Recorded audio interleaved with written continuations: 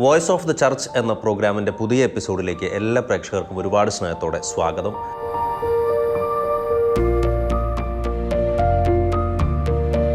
കഴിഞ്ഞ എപ്പിസോഡിൽ നമ്മോടൊപ്പം ഉണ്ടായിരുന്ന കോട്ടയം ജ്ഞാനായ അതിരൂപതയുടെ മെത്രാപ്പൊലീത്ത മാർ മാത്യു മൂലക്കാട്ട് പിതാവാണ് ഇന്നും നമ്മോടൊപ്പമുള്ളത്. പിതാവിന് ഒരുപാട് വിഷയങ്ങളെക്കുറിച്ച് പ്രേക്ഷകരോട് സംസാരിക്കാനുണ്ട്, നമുക്ക് ചോദിച്ചറിയാം. ഒരുപാട് സ്നേഹത്തോടെ സ്വാഗതം പിതാവ്. Thank you. ഇപ്പം നമ്മുടെ ഈ ഒരു കുട്ടികൾ ഇങ്ങനെ +2 കഴിയുമ്പോഴേക്കും വിദേശ രാജ്യങ്ങളിലേക്ക് പോകുന്ന ഒരു സാഹചര്യം ഇങ്ങനെ കൂടി വരുമ്പോൾ എനിക്ക് തോന്നുന്നു നമ്മുടെ വേദപാഠ പരിശീലനത്തിൻ്റെ ഒക്കെ ഭാഗമായിട്ട് ഇവർ തനിച്ച് താമസിക്കേണ്ട ഒരു സാഹചര്യം വരുമ്പോൾ അവരുടെ വിശ്വാസ ജീവിതത്തിൽ ഉറച്ചു നിൽക്കാൻ സഹായിക്കുന്ന ഒരു പരിശീലനം കൂടി ഈ ക്ലാസ്സുകളിൽ, ചെറിയ ക്ലാസ്സുകളിൽ തന്നെ കൊടുത്തു തുടങ്ങേണ്ട ഒരു ആവശ്യകതയുണ്ടോ? വിശ്വാസത്തിൻ്റെ അടിസ്ഥാന ഭാഗങ്ങൾ അവർ ഉൾക്കൊള്ളുന്നുണ്ട്, കിട്ടുന്നുണ്ട്. അതുപോലെ ധാർമ്മികതയും അവർക്ക് കുറേയെല്ലാം ഉൾക്കൊള്ളാൻ സാധിക്കുന്ന കാര്യങ്ങളാണ്. പിന്നെ അവർ ചെല്ലുന്ന സാഹചര്യങ്ങളിൽ അവർ കണ്ടുമുട്ടുന്ന പ്രത്യേകിച്ചുള്ള സാഹചര്യങ്ങളാണ്. പിന്നെ അവിടെയും കുടുംബത്തിൻ്റെ ഒരു സപ്പോർട്ടുണ്ട്. ഉദാഹരണത്തിന് ഇപ്പോൾ വിദേശത്ത് പോകുന്ന മക്കളും നാട്ടിലുള്ള പേരൻസും ഒന്നിച്ച് പ്രാർത്ഥിക്കുന്ന ചില കുടുംബങ്ങളുണ്ട്. ദിവസത്തെ ഒരു സമയം 2 കൂട്ടർക്കും സ്വീകാര്യമായ രീതിയിൽ വിശ്വസിച്ചിട്ടുണ്ട്. അങ്ങനെയൊക്കെ മാതാപിതാക്കൾ ഫോളോ ചെയ്യുന്നവരുണ്ട്, അവരുടെ സാഹചര്യങ്ങളൊക്കെ മനസ്സിലാക്കിക്കൊണ്ട്. അങ്ങനെയുള്ള കുഞ്ഞുങ്ങൾ അങ്ങനെ അധികം വഴിതെറ്റി പോകത്തില്ല. പിന്നെ ഞാൻ പറഞ്ഞല്ലോ, ഇപ്പോൾ നമ്മളിവിടുന്ന് പോകുന്ന കുട്ടികൾ ഒരു 20 മണിക്കൂർ അവർക്ക് അവിടെ ജോലി ചെയ്യാനുള്ളൊരു സ്വാതന്ത്ര്യമുണ്ട്. ആ ജോലി ചെയ്ത് കിട്ടുന്ന വരുമാനം കൂടെയാണ് അവർക്ക് അവിടെ ജീവിക്കാനുള്ള സംവിധാനം ഒരുക്കുന്നത്. പക്ഷേ ഈ +2 കഴിഞ്ഞ് ചെല്ലുന്ന കുട്ടികൾക്ക് ജോലി കിട്ടാനുള്ള സാധ്യത കുറഞ്ഞു വരുന്നു. പ്രത്യേകിച്ചും കാനഡ പോലുള്ള സ്ഥലങ്ങളിലൊക്കെ അങ്ങനെയുള്ള തൊഴിൽ സാഹചര്യങ്ങൾ കമ്പാരിറ്റീവ്ലി കുറവാണ്. അപ്പോൾ ഇവർ കിട്ടത്തില്ല. ഇവരെക്കാൾ കൂടുതൽ കഴിവുള്ളവർ പോളിടെക്നിക്കോ അല്ലെങ്കിൽ ഡിഗ്രിയോ ഒക്കെ പാസ്സായിട്ടുള്ളവർക്ക് കുറച്ചുകൂടി സാധ്യതയുണ്ട്. അപ്പോൾ ജോലി ഇല്ലെങ്കിൽ ഇവർക്ക് ബുദ്ധിമുട്ടാണെന്ന് വെച്ചാൽ നമുക്ക് വരുമാനം ഇല്ലാണ്ടാകും. അപ്പോൾ പിന്നെ ഇവർ ബുദ്ധിമുട്ടിലാകും. അങ്ങനെയൊക്കെയുള്ള ചില സാധനം ഉള്ളതുകൊണ്ടാണ് ഇപ്പോൾ അവിടുത്തെ നമ്മുടെ കാനഡയിൽ നിന്ന് പിതാക്കന്മാരൊക്കെ പറഞ്ഞതാണ്, ഇവരൊരു ഡിഗ്രിയെങ്കിലും കഴിഞ്ഞിട്ട് വരികയാണെന്നുണ്ടെങ്കിൽ കുറച്ചുകൂടി മെച്ചമായിട്ട് പോകാൻ സാധിക്കും. അല്ലെങ്കിൽ ഇങ്ങനെയുള്ള ചില അപകടങ്ങളിൽ ചെന്ന് ചാടാനുള്ള സാധ്യതയുണ്ട്. ഒരു വഴിയും കാണാതെ വരുമ്പോൾ കിട്ടുന്ന സാഹചര്യങ്ങളിലേക്ക് പോകാനോ നിർബന്ധിതരാകുന്നു. അതെല്ലാം അത്ര നല്ലതാകണമെന്നില്ല. ആ ഒരു പ്രശ്നമുണ്ട്. അതുകൊണ്ട് നമ്മൾ ആ രീതിയിൽ പറയുന്നുണ്ട് ആളുകളോട്. ഇനി എന്തുകൊണ്ടോ നമ്മുടെ ആളുകളുടെ ഒരു മനോഭാവം, ഇവിടെ നമ്മുടെ നാട്ടിൽ തന്നെ ജീവിച്ചാൽ ചെയ്യാവുന്ന ഒത്തിരി ജോലികളൊക്കെ ഉണ്ട്. പക്ഷേ പല സാഹചര്യങ്ങൾ കൊണ്ട് അതിലോടുള്ള ആകർഷണം വളരെ കുറവാണ് ആളുകൾക്ക്. പ്രത്യേകിച്ച് നമ്മുടെ വിവാഹത്തിൻ്റെ ഒരു സാഹചര്യം വരുമ്പോൾ ആ ഒരു പ്രശ്നമുണ്ട്. കാരണം ഇവിടെ നാട്ടിലെ ജോലി ചെയ്ത് ന്യായമായിട്ട് ജീവിച്ചു പോകാൻ പറ്റുന്ന ആളുകളെ പോലും അതിന് കണക്കാക്കാനായിട്ട് നമ്മുടെ പെൺകുട്ടികൾ അത്ര താല്പര്യം കാണിക്കുന്നില്ല. അവർ നോക്കുന്നത് അവിടെയുള്ള സാഹചര്യങ്ങളോട് ചേർന്ന് പോകാൻ പറ്റുന്ന ആളുകളെ കിട്ടാനായിട്ട് പരിശ്രമിക്കുന്നു. വീസ ഉള്ള ആളാണെങ്കിൽ അങ്ങനെയൊക്കെ ചിന്തിക്കുന്നത് കൊണ്ട്, അതുകൊണ്ടും കൂടിയാണ് ഈ കുട്ടികൾ ഇത്രയും പുറത്ത് പോകാനായിട്ട് ശ്രമിക്കുന്നത്. വിദേശത്തൊക്കെ പോയിട്ട് ഏതെങ്കിലും തരത്തിൽ ഒന്ന് എസ്റ്റാബ്ലിഷ് ചെയ്യാൻ സാധിച്ചാൽ പിന്നെ അവർക്കൊരു പങ്കാളിയെ കിട്ടാനൊക്കെ പ്രയാസം വരില്ല. അതുകൊണ്ട് ആ രീതിയിൽ നോക്കുന്നുണ്ട്. നമ്മുടെ നാട്ടിലിപ്പം നമുക്കറിയാമല്ലോ, മറ്റ് സംസ്ഥാനങ്ങളിൽ വരുന്ന ആളുകളാണ് മിക്കവാറും പല ജോലിയും ചെയ്തുകൊണ്ടിരിക്കുന്നത്. ആ ജോലികളൊക്കെ നമുക്ക് ചെയ്യാവുന്നതാണ്. പക്ഷേ ഇവിടെ രൂപപ്പെട്ട് ക്രമേണ മാറുമായിരിക്കും. ഇപ്പോൾ മാറി വരുന്ന ഒരു സാഹചര്യത്തിൽ ഇവിടെ തന്നെ ജോലി ജീവിക്കാവുന്ന ഒരു സാഹചര്യത്തെക്കുറിച്ച് ചിന്തിക്കുന്ന ചുറ്റുപാട് ഉണ്ടാകുന്നില്ല. പിന്നെ അതിനുള്ളൊരു സൗകര്യം ഒരുക്കാനായിട്ട് നമ്മളും ബോധപൂർവ്വം പരിശ്രമിക്കേണ്ടതാണ്. അതിന് ഗവൺമെൻറ് ഭാഗത്തുനിന്ന് കുറച്ചുകൂടെയൊക്കെ നീക്കം ഉണ്ടാവണമെന്ന് എൻ്റെ അഭിപ്രായം. അതെ. ഒപ്പം ഇപ്പം പിതാവിൻ്റെ ഒക്കെ നേതൃത്വത്തിൽ, രൂപതയുടെ നേതൃത്വത്തിൽ സോഷ്യൽ ആക്ഷൻ വഴിയൊക്കെ ഒത്തിരി തൊഴിൽ പരിശീലനങ്ങളും അതുപോലെ തന്നെ സ്വയം തൊഴിൽ കണ്ടെത്താനുള്ള സാഹചര്യങ്ങളും ഒക്കെ തന്നെ ഒരുക്കി കൊടുക്കുന്നുണ്ട്. അപ്പോൾ അതൊക്കെ എത്രത്തോളം അവരെ അതിൽ വിജയിക്കാൻ സാധിക്കുന്നുണ്ട്? ഒരു ജീവിതം കെട്ടിപ്പടുക്കാൻ അവരെ അത് പ്രാപ്തമാക്കുന്നുണ്ടോ? അതായത് ഈ നമ്മുടെ ആളുകൾ നോക്കുമ്പോൾ മൊത്തത്തിൽ കാണുന്നത് ഇവിടെ ചെയ്യുന്ന ജോലിയും അതിൻ്റെ വരുമാനമൊക്കെ കണക്കാക്കുമ്പോൾ ഇതേ ജോലി തന്നെ നമുക്ക് അവിടെ ചെയ്യാൻ സാധിച്ചാൽ കുറച്ചുകൂടി മെച്ചപ്പെട്ട ജീവിതമാകുമെന്ന് ചിന്തിക്കുന്ന ആളുകൾ ഒത്തിരി പേരുണ്ട്. പിന്നെ ഇവിടുത്തെ സാഹചര്യങ്ങൾ അനുകൂലമാണ് എന്ന് എനിക്ക് പറയാൻ പറ്റത്തില്ല. ഒരു കാര്യത്തിലേക്ക് ഇറങ്ങി വരുന്ന ആളിന് നമ്മൾ കാണുന്ന വാർത്തകളും കേൾക്കുന്ന കാര്യങ്ങളൊക്കെ പലപ്പോഴും നമുക്ക് നിരാശാജനകമാണ്. ചുരുക്കം ചില ആളുകൾ സ്വയം സംരംഭത്വത്തിലേക്കൊക്കെ കയറി വന്ന് കുറച്ചൊക്കെ വരാൻ ശ്രമിക്കുന്നുണ്ട്. അവിടെയും അവർക്ക് ബ്ലോക്കുള്ളത് ഇതാണ്. ദേശത്തേക്കൊക്കെ പോകുന്ന ആളുകൾ ഇവരെ ആ ഒരു ലെവലിലേക്ക് കണക്കിലെടുക്കുന്നില്ല എന്നുള്ളത് പ്രശ്നമുണ്ട്. പിന്നെ ഇവിടെ നമ്മൾ ഈ പറയുന്ന സ്വയം സംരംഭങ്ങൾ എത്ര എണ്ണം മുന്നോട്ട് പോകുന്നുണ്ട് എന്നുള്ളതൊക്കെ ഒരു ക്വസ്റ്റ്യനാണ്. നമുക്ക് കേരളത്തിൽ ഇനി ഏതായാലും വലിയ വ്യവസായങ്ങളൊന്നും വരാൻ സാധ്യതയില്ല. വളരെ തിക്ലി പോപ്പുലേറ്റഡാണ്. പക്ഷേ കേരളത്തിന് ഒരു സിലിക്കൺ വാലി പോലെ ആയിത്തീരാനുള്ള സാധ്യത വളരെ കൂടുതലാണ്. കാരണം നമ്മുടെ വീടുകളിൽ തന്നെ ഇരുന്ന് ഇപ്പം നമ്മുടെ ആളുകൾ അവിടെ വർക്ക് അറ്റ് ഹോമൊക്കെ ഉണ്ടല്ലോ, ചെയ്യാൻ പറ്റുന്ന സാധ്യതകളൊക്കെ ഉണ്ട്. പക്ഷേ അതിനുള്ള സൗകര്യങ്ങൾ, കമ്പ്യൂട്ടറിൻ്റെ സംവിധാനങ്ങളൊക്കെ അങ്ങ് ഉപയോഗിക്കാൻ സാധിച്ചാൽ കുറേ പേർക്ക് ഇവിടെ നിന്ന് ജോലി ചെയ്യാനൊക്കെ സാധിക്കും. ഇപ്പം തന്നെ വിദേശത്തുള്ളവർ പോലും ചിലപ്പോൾ ഇവിടെ വന്നിരുന്നിട്ട് ജോലി ചെയ്യുന്നുണ്ട്. അവിടുത്തെ ജോലി ഈ വർക്ക് അറ്റ് ഹോം അതിലിരിക്കുന്നുണ്ട്. അപ്പോൾ അങ്ങനെയൊക്കെയുള്ള സാഹചര്യങ്ങൾ വന്നാൽ നല്ലതാണ്. അപ്പോൾ ഇത്തരത്തിൽ ഈ ഒരു സോഫ്റ്റ്വെയർ മേഖലയിൽ അതുപോലെ തന്നെ അക്കൗണ്ടിങ് മേഖലയിലൊക്കെ പിന്നെ ടീച്ചിങ്ങുമായി ബന്ധപ്പെട്ട് ഓൺലൈൻ ക്ലാസ്സുകൾ ഈ രീതിയിലൊക്കെ തന്നെ ശരിക്കും വലിയൊരു തൊഴിൽ സാധ്യതകളുണ്ട്. അപ്പോൾ ആ ഒരു മേഖലയിൽ ശരിക്കും നമ്മുടെ സർക്കാരുകളും അതുപോലെ തന്നെ സഭാ നേതൃത്വങ്ങളും സാമുദായിക സംഘടനകൾ, സന്നദ്ധ സംഘടനകൾ ഇവരൊക്കെ തന്നെ ഈ രീതിയിൽ നമ്മുടെ വ്യക്തികൾക്ക്, യുവജനങ്ങൾക്ക് പരിശീലനം നൽകി കഴിഞ്ഞാൽ നാട്ടിൽ നിന്നുകൊണ്ട് തന്നെ അവർക്ക് മികച്ച വരുമാനം ലഭിക്കുന്ന ഒരു സാഹചര്യം ഉണ്ടാവില്ലേ? നാട്ടിൽ നിന്ന് ജോലി ചെയ്യാൻ പറ്റുന്ന സാഹചര്യങ്ങൾ ഉണ്ട് എന്ന് പറയുന്നു. എന്തുമാത്രം ഉണ്ടെന്നുള്ളത് എനിക്ക് പറയാൻ പറ്റത്തില്ല. കുറേയെല്ലാം ആ സാധ്യത ഉണ്ടെന്നാണ് പറയുന്നത്. ആ രീതിയിലുള്ള പരിശീലനം കിട്ടിയാൽ ഇപ്പം നമുക്ക് വന്നിരിക്കുന്നതാണ് നമ്മുടെ ഇന്നത്തെ വിദ്യാഭ്യാസം കഴിഞ്ഞിറങ്ങുന്ന ആളുകൾക്ക് ഒരു എംപ്ലോയബിലിറ്റി എന്ന് പറയുന്നത് കമ്പാരിറ്റീവ്ലി വളരെ കുറവായിട്ടാണ് നമ്മളിവിടെ കാണുന്നത്. ഡിഗ്രി കൈ കിട്ടിയത് കൊണ്ടൊന്നും ചെയ്യാൻ പറ്റാതെ അതിനുള്ള പറ്റുന്ന ഒരു സാഹചര്യം ഇവിടെ സൃഷ്ടിക്കപ്പെടുന്നില്ല. ഇപ്പം ഗവൺമെൻറ് പുതിയ സിസ്റ്റമൊക്കെ വരുന്നുണ്ടെന്ന് പറയുന്നു. പുതിയ രീതികളിൽ ഇവർക്ക് ഇവിടെ തന്നെ ഒരു എംപ്ലോയബിളായിട്ട് ആക്കാനായിട്ട് പരിശ്രമം നടക്കാമെങ്കിൽ നല്ലതാണ്. പക്ഷെ എത്രമാത്രം ഇതുവരെ വന്നിട്ടില്ല. അല്ലെങ്കിൽ അറ്റ്ലീസ്റ്റ് നമ്മുടെ ചെറുപ്പക്കാരെ ഇത് കൺവിൻസ് ചെയ്തിട്ടില്ല. അവർക്കത് കൺവിൻസിങ് ആകുന്നില്ല. നമ്മൾ എന്തൊക്കെ ഞാൻ പള്ളികളിൽ ചെല്ലും പറയാറുണ്ട്, നമ്മുടെ ഇവിടെ ഉള്ള ജോലി സാധ്യതകൾ നിങ്ങൾ ഒരിക്കലും ഉപേക്ഷിക്കരുത്, പരിശ്രമിക്കണം എന്നൊക്കെ പറയുമ്പോഴും അവർക്ക് അത് അങ്ങോട്ട് കൺവിൻസിങ് ആകുന്നില്ലെന്നാണ് ഞാൻ മനസ്സിലാക്കുന്നത്. അതുകൊണ്ട് ഒപ്പം നമ്മുടെ ഈ ഒരു കാർഷിക മേഖലയിൽ നേരിടുന്ന പ്രതിസന്ധികൾ ഇപ്പം തങ്ങളുടെ മാതാപിതാക്കളും അവരുടെ മാതാപിതാക്കളും ഗ്രാൻഡ് പാരൻസും ഒക്കെ തന്നെ കഷ്ടപ്പെട്ട് നല്ല സ്ഥലവും നിലവും എല്ലാം ഉണ്ടായിരുന്നിട്ടും അവർക്ക് സാമ്പത്തികമായിട്ട് ഉന്നതി പ്രാപിക്കാൻ സാധിക്കാത്ത ഒരു സാഹചര്യം, അല്ലെങ്കിൽ നല്ല കൃഷിയും മറ്റും ഉണ്ടായിരുന്ന നല്ല നിലയിൽ പോയിരുന്ന കുടുംബങ്ങൾ ആ കൃഷിയുടെ വരുമാനം കുറഞ്ഞ് ആ കുടുംബം തന്നെ സാമ്പത്തികമായി അധപതിച്ചു പോകുന്ന സാഹചര്യം, ഇത്തരത്തിലുള്ള സാഹചര്യങ്ങളൊക്കെ കണ്ട് വളരുന്നത് കൊണ്ടാണോ നമ്മുടെ ചെറുപ്പക്കാർ പലരും കൃഷിയിലേക്ക് തിരിയാതെ വിദേശ രാജ്യങ്ങളിൽ തേടാനുള്ള ഒരു കാരണം? ഈ കാർഷിക മേഖലയിൽ വളർന്നു വരാനുള്ള സാഹചര്യങ്ങൾ കമ്പാരിറ്റീവ്ലി കുറവായിട്ടാണ് വരുന്നത്. ഉദാഹരണത്തിന് നമുക്കൊരു ആളെ ജോലിക്ക് വെക്കണമെങ്കിൽ അദ്ദേഹത്തിൻ്റെ കൂലി എന്ന് പറയുന്ന വലിയ കൂലി, ആ കൂലി കൊടുത്ത് അത്രയും കൂലിയെങ്കിലും ഉണ്ടാകുന്ന ഒരു റിസൾട്ട് കിട്ടാൻ എളുപ്പമല്ല. ഇപ്പം നമ്മുടെ നാട്ടിൽ എനിക്ക് തോന്നുന്നു വന്നിരിക്കുന്ന ഒരു ഇപ്പം ജനങ്ങളൊക്കെ പറയുന്നുണ്ടല്ലോ, ഇപ്പോൾ അതായത് ഈ ശമ്പളത്തിൻ്റെ നിരക്കും ഏണിങ്ങും തമ്മിലുള്ള വലിയൊരു ഡിഫറൻസിനെ കുറിച്ച് പറയുന്നുണ്ട്. കേരളത്തിൽ ആകെ കൂടി എന്താണ് ഒരു വരുമാനം അനുസരിച്ച് ജീവിക്കാൻ സാധിക്കുന്ന കുറച്ച് ഗവൺമെൻറ് ഉദ്യോഗസ്ഥന്മാരും റിട്ടയർ ആളുകളും ഉള്ളൂ എന്നുള്ളൊരു സ്ഥിതി വന്നു കഴിഞ്ഞു. ബാക്കിയുള്ളവരൊക്കെ അന്നേപ്പത്തിന് വേണ്ടിയിട്ട് അധ്വാനിക്കുന്നവരാണ്. കൃഷിയൊക്കെ എത്ര ചെയ്താലും പലതരത്തിലുള്ള ബുദ്ധിമുട്ടുകൾ സഹിച്ചിട്ടാണെങ്കിലും വന്നുമ്പോൾ അവസാനം വരുമ്പോൾ അതിന് വിലയില്ല, കിട്ടുന്നില്ല. വിലയില്ലാഞ്ഞിട്ട് മാത്രമല്ല, കിട്ടുന്ന വില ഇതിൻ്റെ ചിലവ് താങ്ങാൻ പറ്റുന്നില്ല. അതുകൊണ്ട് കൃഷിയിലേക്ക് പോകുക എന്ന് പറയുന്നത് വലിയ പ്രയാസമാണ് ആളുകൾക്ക്. എത്ര കഷ്ടപ്പെട്ട് പണിതാലും നെറ്റ് റിസൾട്ട് വരുമ്പോഴേക്കും ലാഭമില്ല എന്ന് പറഞ്ഞാൽ മെച്ചമില്ല. അപ്പോൾ അങ്ങനെ വരുമ്പോൾ പിന്നെ ആരെ താല്പര്യം കാണിക്കുന്നത്? തമ്മിൽ ഭേദം ചെയ്യാതിരിക്കുന്നതാണ്. അപ്പം വേറെ ചെയ്യാം. അപ്പോൾ പിന്നെ നമുക്ക് എവിടെയെങ്കിലും പുറത്തു പോയി ജോലി ചെയ്യാന്നുള്ള ചിന്ത വരില്ലേ? കൃഷി ചെയ്താൽ കൃഷിക്ക് ഇപ്പം നെല്ല് തന്നെ ഉദാഹരണത്തിന് ഇപ്പം നെൽകൃഷി നഷ്ടമില്ല എന്നാണ് പറയുന്നത്. ഇപ്പം നെല്ലിന് കിട്ടുന്ന വില വെച്ച് നോക്കിയാൽ. പക്ഷേ ആ സമയത്ത് അത് കിട്ടുന്നില്ല. നെല്ല് വാങ്ങിയിട്ട് ഉണ്ടാകുന്ന കുഴപ്പങ്ങൾ ഞാൻ പറയണ്ടല്ലോ, സർക്കാർ ചെയ്യുന്ന പ്രശ്നം. ഇതൊക്കെ വലിയ ബുദ്ധിമുട്ടാണ്. കാണുന്നവരുടെ മനസ്സിലുണ്ടാകുന്ന ചിത്രം എന്താ? ഇത്രയും കഷ്ടപ്പെട്ട് ഇത് ചെയ്തിട്ടും ഒരു പ്രയോജനവും ഇല്ല എന്നുള്ള ചിന്ത വരുമ്പോൾ മനുഷ്യൻ മടുക്കും, വേണ്ടെന്ന് വെക്കും. ഇപ്പോൾ ഒത്തിരി കുറഞ്ഞില്ലേ നെൽപ്പാടങ്ങളൊക്കെ? പ്രാക്ടിക്കലി ഒത്തിരി കുറഞ്ഞു.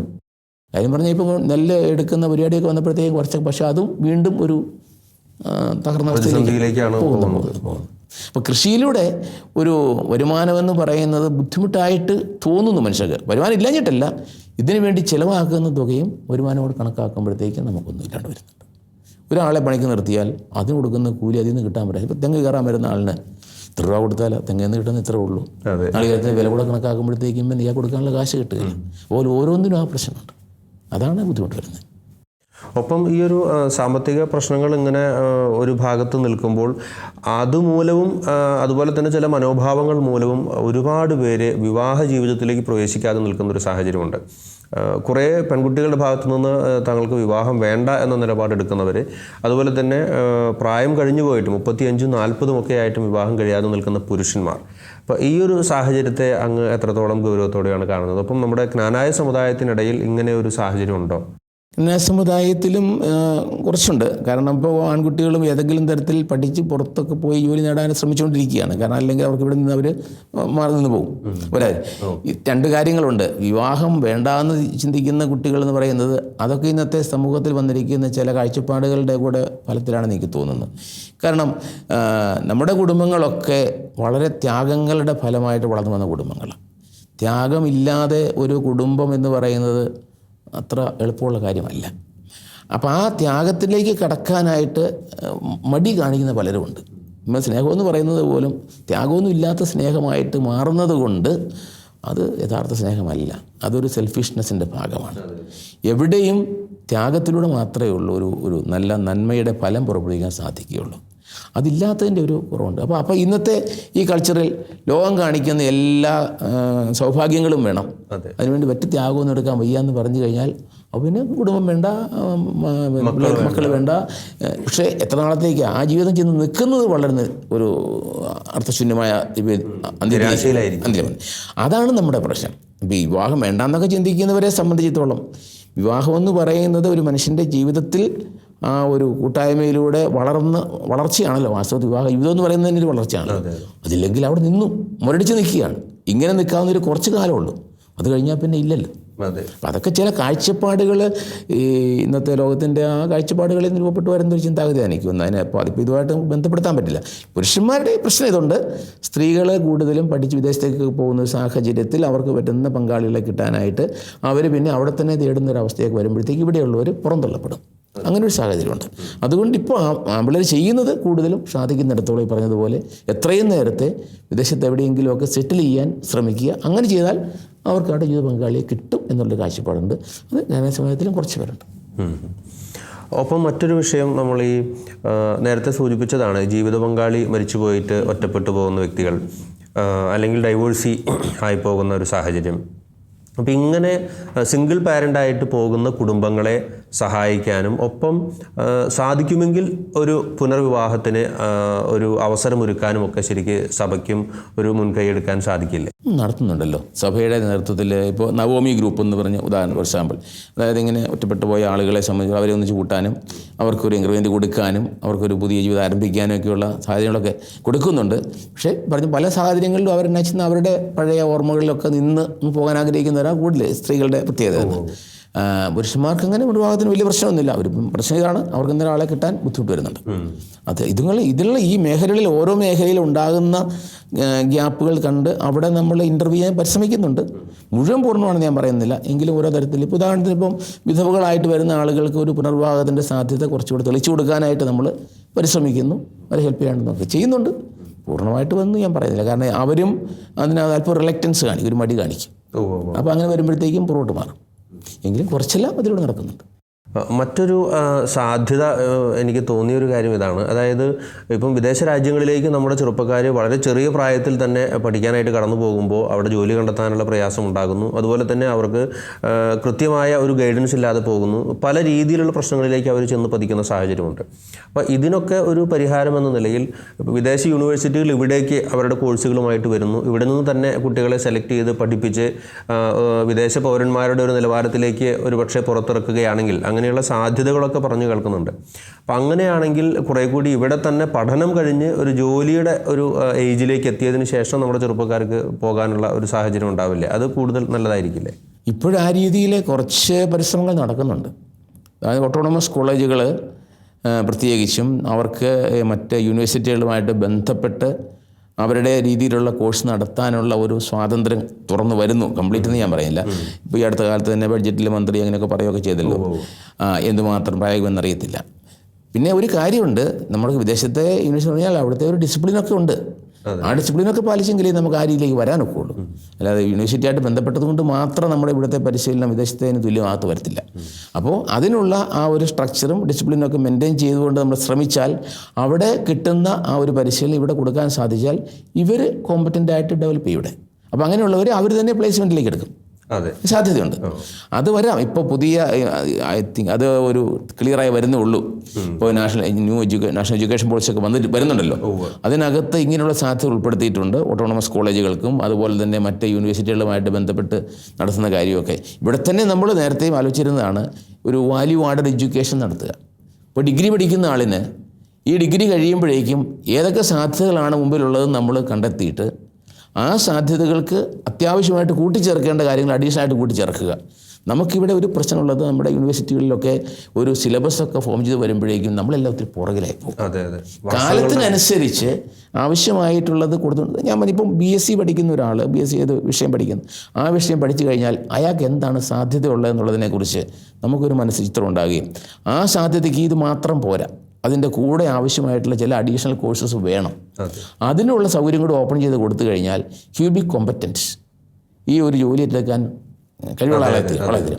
അങ്ങനെയൊക്കെ വരണം. നമുക്കിപ്പോൾ നമ്മുടെ ഈ സിസ്റ്റത്തിൽ മാറ്റം വരുമെന്ന് തോന്നുന്നു. യൂണിവേഴ്സിറ്റികളിലൊക്കെ നടക്കുന്ന ഒരു പഴയ റിജിഡ് സിസ്റ്റമുണ്ട്, അതിനിടയ്ക്കൊന്നും കയറി ചെല്ലാൻ പറ്റത്തില്ല. പിന്നെ അല്ലെങ്കിൽ നമ്മൾ മനഃപൂർവ്വം അതിനോട് ചേർത്ത് വേറെ കോഴ്സുകൾ കുട്ടികൾക്ക് അറേഞ്ച് ചെയ്ത് കൊടുക്കണം. അന്നേരം അതിന് പല കോംപ്ലിക്കേഷൻസാണ് പറയുന്നത്. ചെയ്ത് കൊടുത്തിട്ട് ഉദാഹരണത്തിന് ഞാനിപ്പോൾ ഒരു BA ലിറ്ററേച്ചർ പാസ്സായി കഴിഞ്ഞാൽ എനിക്ക് എടുക്കാവുന്ന സാധ്യത എന്താണ്, ഒരു സെക്രട്ടറി എന്നുള്ള നിലയിലോ റിസപ്ഷനിസ്റ്റ് എന്നുള്ള നിലയിലോ ഏതെങ്കിലുമൊക്കെ ഒരു 2-3 സാധ്യതകൾ കണ്ടിട്ട് ആ കുട്ടിയുമായിട്ട് സംസാരിച്ച് ആ കുട്ടിക്ക് അതിൻ്റെ കൂടെ ചേർന്ന് പോകേണ്ട എന്താ ഒരു സ്പോക്കൺ ഇംഗ്ലീഷ് ക്ലാസ് വേറെ ഫോർ എക്സാമ്പിൾ വേറെ ഒരെണ്ണം വെക്കുന്നു, അല്ലെങ്കിൽ അതുപോലെ മറ്റ് ഓരോന്നിനും പറ്റുന്ന രീതിയിലുള്ള ചില അഡീഷണൽ കോഴ്സസും കൂടെ ആഡ് ഓൺ ചെയ്തിട്ട് അപ്പോൾ ഈ ഒരു പഠനം കഴിയുമ്പോഴേക്കും ഡിഗ്രിയായി, ഡിഗ്രിയുടെ കൂടെ അവരിന്ന കാര്യങ്ങൾക്ക് കോമ്പറ്റൻ്റ് ആയി എന്ന് പറയാൻ സാധിക്കണം. വിദേശത്തുള്ള ഗുണം എന്താണെന്ന് ചോദിച്ചാൽ പഠിച്ചു വരുന്ന ആളിന് കൃത്യമായിട്ട് പ്ലാനുണ്ട്. ഞാൻ ഇന്ന പോസ്റ്റിലേക്ക് വേണ്ടി ഇന്ന ജോലിക്ക് വേണ്ടിയാണ് പഠിക്കുന്നുണ്ട്. അതിപ്പോൾ എൻ്റർപ്രണറായിട്ടായിരുന്നാലും അല്ല അതുപോലെ തന്നെ അവർ ജോലി ചെയ്യാനും പോകുന്നതാണെങ്കിൽ അവർക്ക് അതേക്കുറിച്ച് ഐഡിയ ഉണ്ട്. ആ ഐഡിയയ്ക്കാണ് പഠിക്കുന്നത്. 5ാം ക്ലാസ്സിലെ കൊച്ചിനോട് ചോദിച്ചാൽ കൊച്ചു ഞാൻ ബാങ്ക് ഓഫീസറാകാനാണ് പഠിക്കുന്നതെന്ന് പറയും. So they have the plan. അപ്പോൾ അതിനാവശ്യമായിട്ടുള്ള സപ്പോർട്ട് സ്കൂൾ സിസ്റ്റത്തിൽ നിന്ന് കിട്ടും. പഠിച്ച് ആ കൊച്ചാലയിൽ തന്നെ പോകും. പോയി കഴിയുമ്പോഴത്തേക്ക് അതിന് അവിടെ സാധ്യതയുണ്ട്. ഇവിടെ നമുക്കൊരു സാധ്യത പറയാൻ പറ്റാത്തൊരു സാധ്യത ഉള്ളതാണ് ഏറ്റവും വലിയ പ്രശ്നം. ഒരു സാധ്യത എന്ന് പറഞ്ഞ് ചൂണ്ടിക്കാണിക്കാൻ നമ്മുടെ ഒന്നും ഇല്ലല്ലോ. അതാണ് കാര്യം. കുട്ടികളെ ആകർഷിക്കാനും മോട്ടിവേറ്റ് ചെയ്യാനും ആകർഷിക്കാൻ മാത്രമല്ല, ഇപ്പോൾ ഇതാണ് പറയും ഇവിടെ ചോദിച്ചാൽ പറയും നമ്മുടെ സ്കൂളിൽ പഠിപ്പിക്കാനായിട്ട് ഈ ഡിവിഷൻ പോളൊക്കെ വരുമ്പോഴത്തേക്ക് എത്ര ഡിവിഷൻ വെച്ചുണ്ടാവുമെന്ന് അറിയത്തില്ല ഇവർ പഠിച്ചു വരുമ്പോഴത്തേക്ക്. അപ്പോൾ അങ്ങനെയുള്ള സാഹചര്യങ്ങളിൽ കുറേ പോസിബിലിറ്റീസ് ചൂണ്ടിക്കാണിക്കാനുണ്ടെങ്കിൽ അതിനുവേണ്ടി ഒരുക്കാൻ നമുക്ക് സാധിക്കും പഠിക്കുന്ന കാലത്ത് തന്നെ. അങ്ങനെ പഠിച്ചാൽ ഇവിടെയും കിട്ടും ജോലി, അത് ചെയ്യാം. പിന്നെ ഈ പറഞ്ഞ വിദേശ യൂണിവേഴ്സിറ്റികളുമായിട്ട് ബന്ധപ്പെട്ട് അവരുടെ കോഴ്സുകൾ അങ്ങോട്ടും ഇങ്ങോട്ടും ആഡ് ചെയ്തിട്ട് പോകാൻ സാധിച്ചാൽ അവർ തന്നെ പ്ലേസ്മെൻറ്റിലേക്ക് വരും. അവിടെ ഞങ്ങൾക്ക് ഇത്ര ആൾ ആവശ്യമുണ്ട്. ഉദാഹരണത്തിന് ഇപ്പോൾ നേഴ്സുമാർ ഫോർ എക്സാമ്പിൾ ഇവിടെ എത്ര നേഴ്സുമാർ പാസ്സായിരുന്നാലും ഉടനെ എടുത്തുകൊണ്ട് പോകാനായിട്ട് അവർ തയ്യാറാണ്. അപ്പോൾ അങ്ങനെയൊക്കെയുള്ള ചില കാര്യങ്ങൾക്ക് ഉണ്ട്. ഇപ്പം നമുക്ക് ഈ ഒരു മേഖലയിൽ ഇപ്പോൾ ഉള്ള അതിന് നീടുള്ളൂ, മെയിനായിട്ടുള്ളൂ മെഡിക്കൽ മേഖലയിലാണ് എല്ലാവരും ഇപ്പോൾ എയിം ചെയ്യുന്നത്. കാരണം അതിനുള്ള സാധ്യത പുറത്തുള്ളതുകൊണ്ട്. മറ്റ് സാധ്യതകൾ പുറത്തുനിന്ന് അങ്ങനെ അധികം വരും. നമ്മുടെ എഞ്ചിനീയറിംഗ് കോളേജ് പലതും ഇപ്പോൾ എന്ന് വെച്ചാൽ പിള്ളേരില്ലാതെയൊക്കെ വന്നുകൊണ്ടിരിക്കുക. സാധാരണ ആർട്സ് ആൻഡ് സയൻസ് കോളേജസ് ഇല്ലല്ലോ. അപ്പോൾ കുട്ടികൾക്കറിയാം ഇതുകൊണ്ട് പോയതുകൊണ്ട് ഗുണം ഉണ്ടാകുന്നില്ല. അപ്പോൾ പിന്നെ അവർ വേറെ എവിടെയാണ് തപ്പുന്നതെന്ന് നോക്കും. അന്നേരമാണ് പഠനവും ജോലിയും കൂടെ കിട്ടുന്ന സാധനങ്ങളിലേക്ക് തിരിഞ്ഞുകൊണ്ടിരിക്കുന്നത്. ഇവിടെയും നമുക്ക് ചെയ്യാവുന്നതാണ് തൊഴിൽ അവസരങ്ങൾ സൃഷ്ടിക്കുക. അത് നമ്മളിവിടെ ചെയ്തിട്ടില്ല. ഇവിടെ പഠിക്കുന്ന അവസരത്തിൽ തന്നെ ഈ മുഴുവൻ സമയം പഠിക്കുന്നതിന് പകരം ഒരു ഇത്ര മണിക്കൂർ ജോലി ചെയ്യാനുള്ളൊരു സൗകര്യവും കൂടെ കൊടുക്കുകയാണെന്നുണ്ടെങ്കിൽ അപ്പോൾ കുട്ടികൾക്ക് കുറച്ചുകൂടെ കോൺഫിഡൻസ് വരും. അതൊക്കെ ചെയ്യാവുന്നതാണ്. അങ്ങനെ ഒത്തിരി സാധ്യതകളുണ്ട്, അതിൻ്റേതായ പരിമിതികളുണ്ടാവും. പക്ഷേ ആ പരിമിതികളെ നമ്മൾ അതിജീവിക്കാൻ നോക്കണം. എങ്കിൽ സാധിക്കും. തീർച്ചയായിട്ടും അങ്ങനെ ചെയ്യാവുന്നത് നല്ലതാണ്. ഒപ്പം നമുക്ക് കോട്ടയം എന്ന് പറയുമ്പോൾ നമ്മുടെ കേരളത്തിൻ്റെ രാഷ്ട്രീയ, സാമൂഹ്യ, സാംസ്കാരിക മേഖലയിൽ സാഹിത്യത്തിലും ഒക്കെ നിറഞ്ഞു നിന്ന ഒരുപാട് വ്യക്തിത്വങ്ങളുടെ ഒരു നാട് കൂടിയാണ്. ഇന്ന് ഒരു ക്രൈസ്തവ മേഖലയിൽ നിന്നുള്ള ഒരു സംഭാവന അല്ലെങ്കിൽ ക്രൈസ്തവ മേഖലയിൽ നിന്നുള്ള ഒരു പങ്കാളിത്തം ഈ രാഷ്ട്രീയ, സാമൂഹ്യ, സാംസ്കാരിക മേഖലകളിൽ കുറഞ്ഞു വരുന്നുണ്ടോ? അങ്ങനെ പിതാവിന് തോന്നിയിട്ടുണ്ടോ? ഈ രാഷ്ട്രീയ മേഖലകളിൽ കുറച്ച് കുറയുന്നുണ്ടെന്ന് തന്നെയാണ് എനിക്ക് തോന്നുന്നത്. കാരണം പ്രധാനമായിട്ടുള്ളതാണ് കൂടുതൽ ക്രൈസ്തവരാണ് ഇങ്ങനെ പുറത്തേക്ക് പോകാനായിട്ട് വെമ്പൽ കൊണ്ട് പോവുകയും ചെയ്യുന്നത്. അത് തീർച്ചയായിട്ടും രാഷ്ട്രീയത്തിൽ അതിൻ്റേതായിട്ടുള്ളൊരു പ്രതികൂല സാഹചര്യം സൃഷ്ടിക്കുക തന്നെ ചെയ്യും.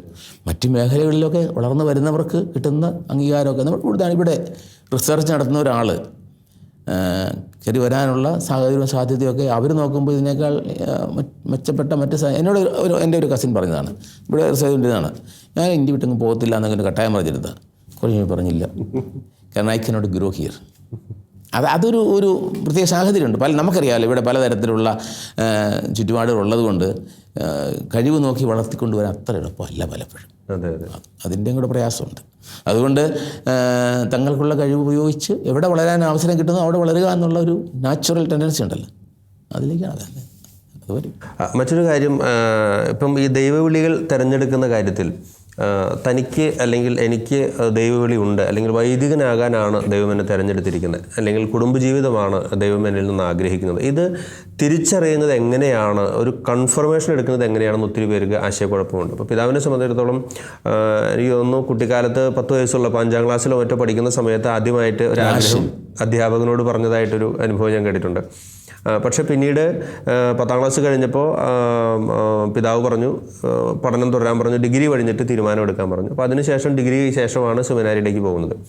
സെമിനാരിയിൽ ചേർന്ന് വൈദികനായി മുന്നോട്ട് പോയിക്കൊണ്ടിരിക്കുന്ന സമയത്താണ് ആശ്രമ ജീവിതത്തിലേക്ക് പോകുന്നു. അവിടെ നിന്ന് വീണ്ടും ബിഷപ്പായിട്ട് വരുന്നു. അപ്പോൾ ഇങ്ങനെയൊക്കെ വരുന്ന സമയത്ത് ഒരു തെരഞ്ഞെടുപ്പിൻ്റെ പല ഘട്ടങ്ങളിലൂടെ പിതാവ് കടന്നു പോയിട്ടുണ്ട്. ഒരു ചോയ്സ്, 2 ചോയ്സിൽ ഏതെടുക്കണം. അപ്പോൾ ഇതിൽ ദൈവഹിതം തിരിച്ചറിയാൻ സാധിച്ചത് എങ്ങനെയാണ് പിതാവ് ഇതാണ് ദൈവത്തിന് എന്നെക്കുറിച്ചുള്ള ഹിതമെന്ന് പിതാവ് ഉറപ്പിച്ചത് എങ്ങനെയാണ്? നമുക്കതങ്ങ് 100% ഉറപ്പിച്ചെന്ന് പറയാൻ പറ്റുകയില്ല. പക്ഷേ നമ്മുടെ സാഹചര്യങ്ങളിൽ കൂടി നമ്മൾ കടന്നു. ഇത് ശരിയാ, ഞാനും കൊച്ചായിരുന്ന അവസരത്തിൽ വൈദികനാകുക എന്നുള്ളൊരു ആഗ്രഹം എൻ്റെ മനസ്സിലിങ്ങനെ കടന്നുകൂടി. പക്ഷേ അതേ സമയത്ത് ഞാൻ വീട്ടിലെ എൻ്റെ മൂത്തൊരു പെങ്ങളുണ്ട്, പിന്നെ രണ്ടാമത്തെ ഇളയാന, പിന്നെയുള്ള 3-4 പെങ്ങന്മാരാണ്. അപ്പോൾ അതുകൊണ്ട് എനിക്കൊരു റെസ്പോൺസിബിലിറ്റി വീട്ടിലൂടെ ഉണ്ടെന്നുള്ള ചിന്ത എനിക്കുണ്ടായിരുന്നു. അപ്പോൾ അങ്ങനെ ഇരിക്കുമ്പോൾ 10ാം ക്ലാസ് കഴിഞ്ഞപ്പോഴത്തേക്കും ഞാനിങ്ങനെ പോകുന്ന കാര്യം പറഞ്ഞു. അച്ഛാണ്ട് പറഞ്ഞു ഇവിടെ കോളേജ്, ഞങ്ങൾ തൊട്ടടുത്താണ് കോളേജ് എന്ന് പറഞ്ഞാൽ ഇവിടെ ഒരു സ്കൂളിനടുത്ത് തന്നെയാണ് കോളേജ്. അപ്പോൾ കോളേജ് ഉണ്ടല്ലോ, കോളേജ് പഠിച്ചിട്ട് കുറച്ചുകൂടെ കഴിഞ്ഞിട്ട് തീരുമാനം എടുത്താൽ മതി എന്നോട് പറഞ്ഞു. ഞാൻ പോയി പ്രീ ഡിഗ്രിയും കഴിഞ്ഞ് പാസ്സായി. അപ്പോഴും നമുക്ക് മനസ്സിൽ ചിന്ത ഉണ്ടായിരുന്നു, ഒരു വൈദികനാകുക എന്നുള്ളൊരാശ. അതാണ് എനിക്ക് തോന്നുന്നത് ദൈവവിളിയുടെ വിത്ത് എന്ന് പറയുന്നത് വളരെ ചെറുപ്പത്തിൽ തന്നെ മനസ്സിൽ വീഴുന്നതാണ്. പിന്നെ അത് ക്രമേണ വരും, നമ്മളതിന് തടസ്സം വെക്കുന്നില്ലെങ്കിൽ അത് വളർന്നു വരിക ചെയ്യും. അപ്പോൾ അതുകൊണ്ട് ഡിഗ്രി കഴിഞ്ഞപ്പോഴത്തേക്കും ഞാൻ പിന്നെ ഇങ്ങനൊരു ചിന്തയിലേക്ക് വന്നു. അങ്ങനെ ചിന്തയിലേക്ക് വന്നു കഴിഞ്ഞപ്പോഴാണ് പിന്നെ ഇവിടെ സെമിനാരിൽ ചേർന്ന് വൈദികനാക്കിച്ചത്. ഇത് എല്ലാവരുടെ ജീവിതത്തിലും ഒരു 100% അച്ഛനാകാൻ വേണ്ടി വന്നവനാണെന്ന് പറയാൻ അത്ര എളുപ്പമൊന്നുമല്ല. പക്ഷേ ചില മനോഭാവങ്ങൾ, ചില ആറ്റിറ്റ്യൂഡ്സ് ഒക്കെ നമ്മളെയും അതിലേക്ക് നയിക്കും. സാഹചര്യങ്ങളൊക്കെ, അതായത് നമുക്ക് നമ്മുടെ ഉണ്ടാകുന്ന ചില കാഴ്ചപ്പാടുകൾ, ഇപ്പം ലോകത്തിൻ്റെ ഒരു വ്യഗ്രത, ഇതൊക്കെ ആണെങ്കിൽ നമുക്ക് എളുപ്പമല്ല. നമുക്ക് കുറച്ചുകൂടെ ഇപ്പോൾ ഈ സാഹചര്യങ്ങൾ, ദൈവത്തോടുള്ള ബന്ധം, അല്ലെങ്കിൽ കുടുംബങ്ങളിലുള്ള പ്രാർത്ഥനാ അന്തരീക്ഷം, ഇതൊക്കെ നമുക്ക് ഒത്തിരി സഹായകമായിട്ടുള്ള കാര്യങ്ങളാണ്. പിന്നെ അതുപോലെ തന്നെ ഗ്രാൻഡ് പേരൻസൊക്കെ ആണെങ്കിൽ വളരെ നല്ല ഒരു പ്രയർ അറ്റ്മോസ്ഫിയറുള്ള മനുഷ്യരായിരുന്നു. അതൊക്കെ നമ്മളെ ഓരോ വിധത്തിൽ ഹെൽപ്പ് ചെയ്തിട്ടുണ്ട്. ആരെങ്കിലും നിർബന്ധിച്ചെന്ന് പറയാൻ പറ്റില്ല, ഹെൽപ്പ് ചെയ്തിട്ടുണ്ട്. അങ്ങനെ ആ ഒരു സാഹചര്യം ക്രമേണ വളർന്നു വന്നു. നമുക്കൊരു ചോയ്സ് സെലക്ഷൻ എടുക്കേണ്ട സമയമായപ്പോഴത്തേക്കും അത് സെലക്ട് ചെയ്യാനായിട്ട് സാധിച്ചു. അപ്പോൾ എനിക്ക് ഈ പ്രശ്നം ഉണ്ടായിരുന്നു. ഞാൻ എൻ്റെ ഫാദറിനോട് പറഞ്ഞു, ഞാനിങ്ങനെ മൂത്തയാളാണ്, അപ്പോൾ പോകുന്നതുകൊണ്ട് കുഴപ്പമുണ്ടെന്ന് പറഞ്ഞില്ല. കുഴപ്പമില്ല, ദൈവം തന്നെ വിളിക്കുന്നുണ്ടെങ്കിൽ യു ഗോ, അതിനകത്ത് പ്രയാസപ്പെട്ടാന്ന് പറഞ്ഞു. അങ്ങനെ അതിലുണ്ട് പേരൻസിൻ്റെ ഭാഗത്തുണ്ടാകുന്ന ഒരു സപ്പോർട്ട് തീർച്ചയായിട്ടും അങ്ങനെയൊക്കെ ഉണ്ട്. ഇനി ഒരു കാര്യം കൂടി ചോദിച്ചോട്ടെ, അതായത് ഒരിക്കൽ ആശ്രമ ജീവിതത്തിലേക്ക് പോയ വ്യക്തിയാണ്, ഇനിയിപ്പം ഈ ഒരു മെത്രാൻ കാലഘട്ടത്തിന് ശേഷം വീണ്ടും ഒരു സന്യാസ ജീവിതത്തിലേക്ക് പോകാനുള്ള സാധ്യതയുണ്ടോ? അത് സഭയിലെ ഉണ്ട്. സഭയിൽ അനുവദിച്ചിരിക്കുന്ന മെത്രാന്മാർ ഏതെങ്കിലും ഒരു സമൂഹത്തിൽ നിന്ന് വന്ന മെത്രാന്മാരാണെങ്കിൽ അവർക്ക് ചോയ്സ് ഉണ്ട്. They can choose where to after retirements. അവർക്ക് വേണമെങ്കിൽ ആശ്രമത്തിലേക്ക് മടങ്ങാം, അല്ലെങ്കിൽ രൂപതയെ തുടരാം. അതായത് അതിനൊരു ചോയ്സ് തന്നിട്ടുണ്ട് രൂപതയിൽ. എനിക്ക് ഈ ആശ്രമ ജീവിതത്തോടുള്ള ഇഷ്ടം വളരെയേറെ ഉണ്ട്, ഇപ്പോഴും ഉണ്ട്, യാതൊരു സംശയമില്ല, ഇപ്പോഴും ഉണ്ട്. നമുക്കിത് ഇപ്പോൾ നമ്മുടെ ഏൽപ്പിച്ച ചുമതല എന്നുള്ള നിലയിൽ ഇത് കണ്ടിന്യൂ ചെയ്യുന്നു എന്നുള്ളൂ. എന്ന് വിചാരിച്ചു ഞാനിത് കഴിഞ്ഞിട്ട് റിട്ടയർ ചെയ്ത് കഴിഞ്ഞിട്ട് ആശ്രമത്തിൽ ചെല്ലുക എന്ന് പറയുന്നത് അത്ര പ്രായമായിട്ടുള്ള കാര്യമല്ല. അല്ലെങ്കിൽ ഞാൻ പറഞ്ഞു, എനിക്ക് ആ ലൈഫ്, മൊണാസ്റ്റിക് ലൈഫിനോടുള്ള ആ ഒരു സ്നേഹവും താല്പര്യം ഒട്ടും കുറഞ്ഞിട്ടില്ല, കൂടിയിട്ടേ ഉള്ളൂ. അത് സംശയം. പക്ഷേ ഇത് കഴിഞ്ഞ് തിരിച്ചു പോകുക എന്ന് പറയുന്നത് വേറെ രീതിയിലാണ്. കാരണം നമ്മുടെ ആ ഒരു സാഹചര്യങ്ങൾ ഒത്തിരി മാറിയിട്ടുണ്ടല്ലോ. പക്ഷേ പല പിതാക്കന്മാരും അങ്ങ് ആശ്രമത്തിൽ തന്നെ താമസിക്കുന്നവരുണ്ട്. തീർച്ചയായിട്ടും. എന്തായാലും ഒരുപാട് സ്നേഹത്തോടെ നന്ദി പറയുന്നു പിതാവ്. ഇത്രയും സമയം ശാലോം ടി വി പ്രേക്ഷകർക്ക് വേണ്ടിയിട്ട് ഇത്രയും കാര്യങ്ങൾ സംസാരിച്ചതിന് ഒരുപാട് സ്നേഹത്തോടെ നന്ദി പറയുന്നു. ഒത്തിരി നല്ല തീരുമാനങ്ങളുമായി നമ്മുടെ ഈ ഒരു രൂപതാ സമൂഹത്തിന് ഏറ്റവും അനുഗ്രഹമായ രീതിയിൽ മുന്നോട്ട് പോകാൻ സാധിക്കട്ടെ എന്ന് ആശംസിക്കുന്നു. എല്ലാ ശാലോം ടി വി പ്രേക്ഷകരുടെയും പ്രാർത്ഥനയും സ്നേഹവും എന്നും കൂടെ ഉണ്ടായിരിക്കും എന്ന് ഉറപ്പ് നൽകുന്നു. ഒരുപാട് സ്നേഹത്തോടെ നന്ദി. Thank you very much. നിങ്ങളുമായിട്ട് ഇത്രയും നേരം ഷെയർ ചെയ്യാൻ സാധിച്ച വളരെ സന്തോഷമുണ്ട്. നിങ്ങൾ കുറച്ച് കാര്യങ്ങളൊക്കെ ചോദിച്ചു, ഞാൻ എൻ്റെ മനസ്സിലുള്ള കാര്യങ്ങൾ പങ്കുവച്ചു. പ്രേക്ഷകർക്ക് അത് ഉപകാരപ്രദമായെങ്കിൽ ദൈവത്തിന് നന്ദി. ഉള്ളൂ. ദൈവം ആഗ്രഹിക്കുന്ന കാലത്തോളം ദൈവത്തിൻ്റെ ശുശ്രൂഷയിൽ എങ്ങനെ വേണമെന്ന് ആഗ്രഹിക്കുന്നു നടത്താനായിട്ട് ദൈവം അനുഗ്രഹിക്കട്ടെ എന്നാണ് പ്രാർത്ഥന. നിങ്ങളെല്ലാവരും പ്രാർത്ഥിക്കണമെന്നാണ് എനിക്ക് പറയാനുള്ളത്. തീർച്ചയായിട്ടും. Thank you.